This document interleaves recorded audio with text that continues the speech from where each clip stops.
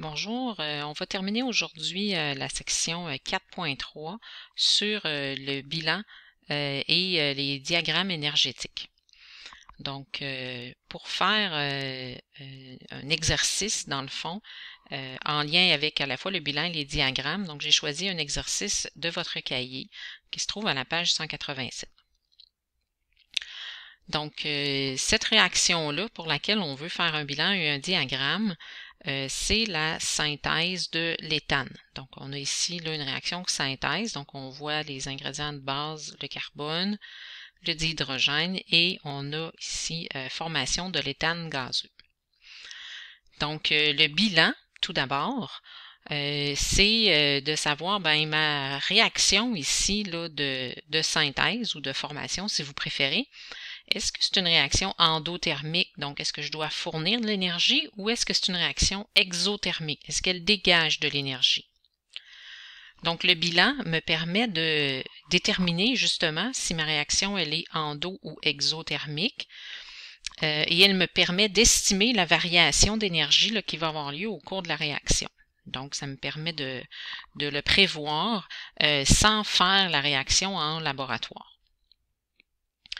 Donc, on a pour la réaction 2 moles de carbone. Donc, on les représente comme ça dans votre cahier parce qu'il y a 2 moles. On écrit 2 fois la lettre C. On voit que il n'y a pas de liaison. Donc, le carbone est sous sa forme atomique. Il n'y a aucune liaison ici.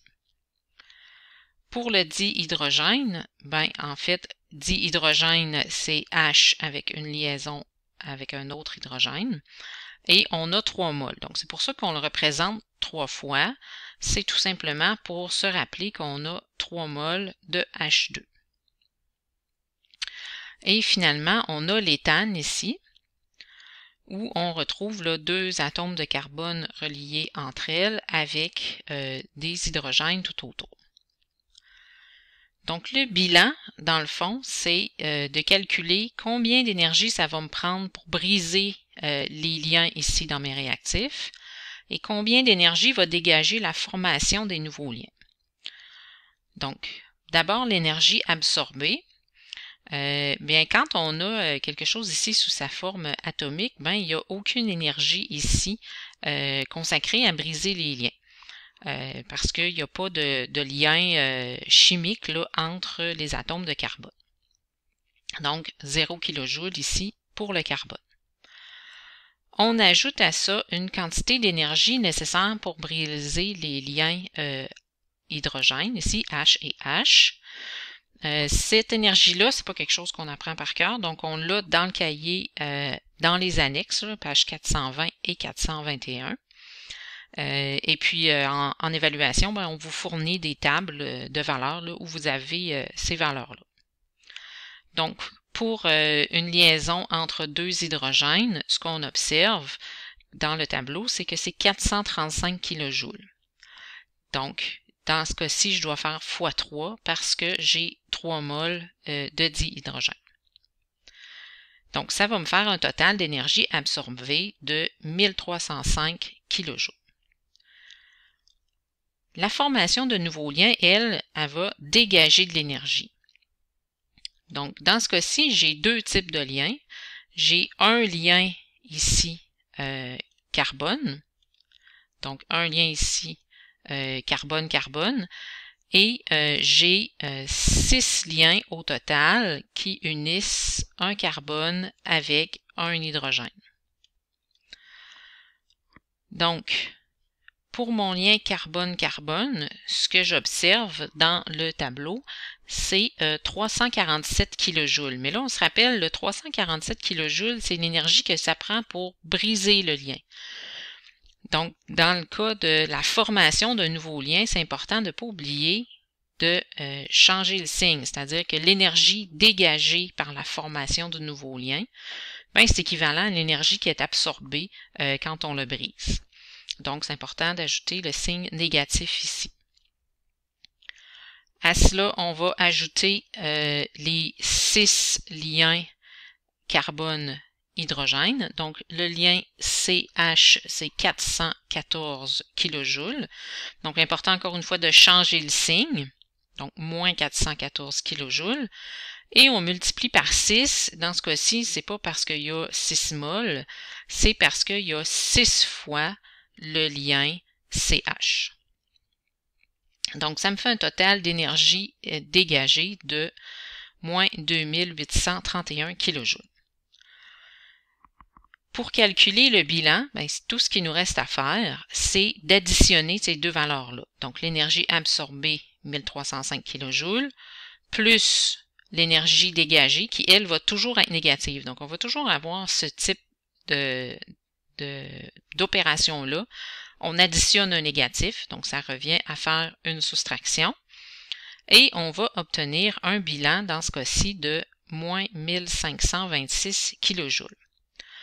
Donc, cette valeur-là ici qu'on vient de calculer, ben, elle nous donne deux informations. La première, ben, c'est que comme j'ai un signe négatif ici pour le bilan, ben, c'est une réaction exothermique. J'écrirai dans ce cas-là l'énergie dégagée. Au final, je l'écrirai du côté droit de l'équation. Et dans le fond aussi, le bilan, ben, c'est la valeur de la variation d'enthalpie. Donc, le bilan, c'est le ΔH estimé, je vous rappelle. Donc, si on faisait réellement la réaction, on observerait probablement une légère différence par rapport à ça. Autre élément important, c'est la valeur ici de 1305 kJ. Donc, on se rappelle, on avait vu que les réactions, même exothermiques, ne sont pas spontanées. Donc, il faut fournir une certaine quantité d'énergie pour démarrer la réaction. Et cette énergie-là qu'on doit fournir, c'est l'énergie d'activation. Donc, on symbolise là, par EA. Donc, cette valeur-là qu'on calcule ici du côté de l'énergie absorbée, c'est elle l'énergie d'activation et ça va toujours être le cas. Donc, une fois qu'on a calculé notre bilan, on a des informations là, importantes par rapport au niveau d'énergie. Donc, on a ici l'énergie d'activation et ici le ΔH. Donc, on va pouvoir, à partir de ça, faire un diagramme énergétique. Donc, pour le diagramme énergétique, on va utiliser la même réaction. Donc, on va commencer par se faire un système d'axes à deux axes. Donc, est-ce que je peux vous présenter ici? Oui. Donc, vous tracez d'abord un système d'axes.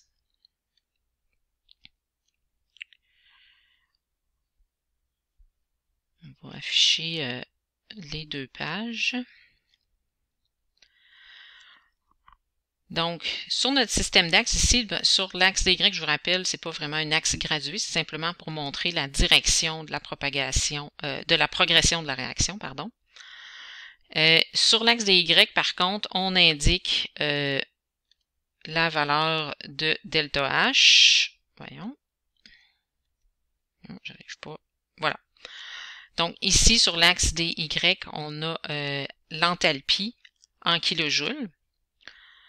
On va débuter le graphique en plaçant nos réactifs à un certain niveau. Donc, peu importe à quelle hauteur, ça n'a pas d'importance. On place une ligne qui indique où sont nos réactifs et on indique leur niveau d'enthalpie. Donc, on a dit que par défaut, on place l'enthalpie des réactifs toujours à 0. Donc, on n'écrit pas kilojoules parce qu'il est déjà écrit ici. Sur la ligne des réactifs, on inscrit nos réactifs. Donc, ce qui est écrit ici, 2 carbone plus 3 H2, on vient de l'écrire ici sur la ligne des réactifs. Donc ça, c'est l'enthalpie ou l'énergie interne là, de nos réactifs qu'on place à 0. Par la suite, on illustre l'énergie d'activation. Donc, on sait que lorsqu'on va avoir tout brisé les liens chimiques, on va être à un niveau d'énergie, un niveau instable qu'on a appelé le complexe activé. Donc, ça va remonter comme ça ici. Et le sommet de la courbe, ben, ça correspond à l'énergie d'activation qu'on a calculée de 1305 kJ. Donc, c'est pas tellement important là d'aller commencer à mesurer la distance ici. Là, donc, on y va à l'œil. Et on inscrit ici la valeur pour l'énergie d'activation. Donc, on a ici, et aussi, on indique par une flèche comment est l'énergie d'activation, c'est-à-dire qu'on part de l'enthalpie des réactifs de 0 et on met une flèche qui pointe nécessairement vers le haut, puis on identifie EA pour énergie d'activation. Il va nous rester à placer les produits. Donc, les produits, ce qu'on a calculé, c'est qu'au total, en partant de 0 ici, on termine à moins 1526 kJ. Donc, c'est notre variation d'enthalpie. Et c'est ce qu'on vient écrire ici en complétant la courbe,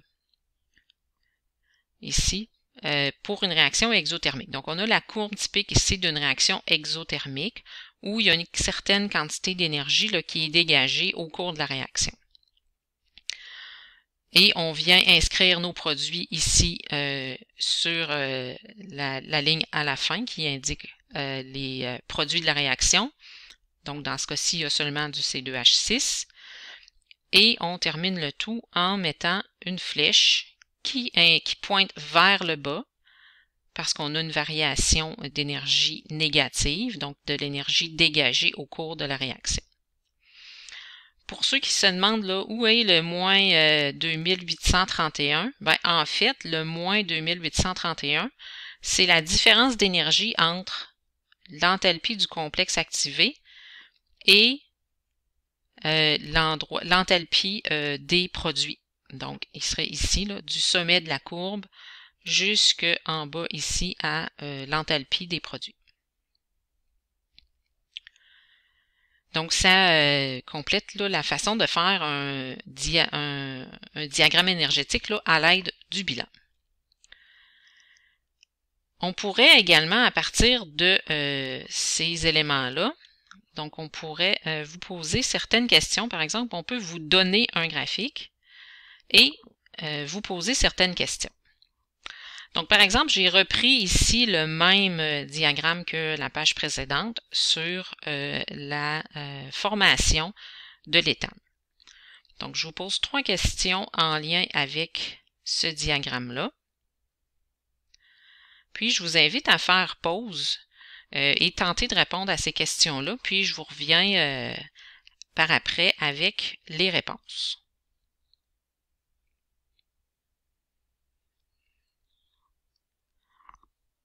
Donc, j'imagine que vous avez fait pause, sinon, vous allez avoir des explications. Donc, la première question, on vous demande, c'est quoi l'énergie d'activation de la réaction inverse? Ben, d'abord, il faut réaliser que on peut inverser la réaction, c'est-à-dire qu'au lieu de faire la synthèse de l'éthane, on peut en faire la décomposition. Donc, on peut lire le graphique en partant de la droite et en reculant. Donc, à ce moment-là, l'énergie d'activation, ben, elle se situe ici. Donc, l'enthalpie des produits qui sont maintenant mes réactifs doivent atteindre une certaine quantité d'énergie pour que la réaction fonctionne. Donc, cette énergie d'activation-là, c'est la somme de 1305 plus 1526. On revient à notre valeur là, de 2831 kJ. Toujours positive, l'énergie d'activation pointe toujours vers le haut. Pour la variation d'enthalpie, ben, on a la même valeur, sauf qu'elle est en signe opposé, en signe inversé, c'est-à-dire que la différence entre les deux niveaux, elle est positive, mais elle est de même grandeur que la réaction directe. Donc, le delta H de la réaction inverse, ben, c'est plus 1526 au lieu de moins 1526. Et finalement, l'équation thermique de décomposition, ben encore une fois, donc décomposer, ça veut dire prendre la substance et la défaire. Donc, l'éthane, en ajoutant 1526 kJ d'énergie, ben, on peut produire le carbone et le dihydrogène. Donc, on a ici là, une chaleur molaire de décomposition.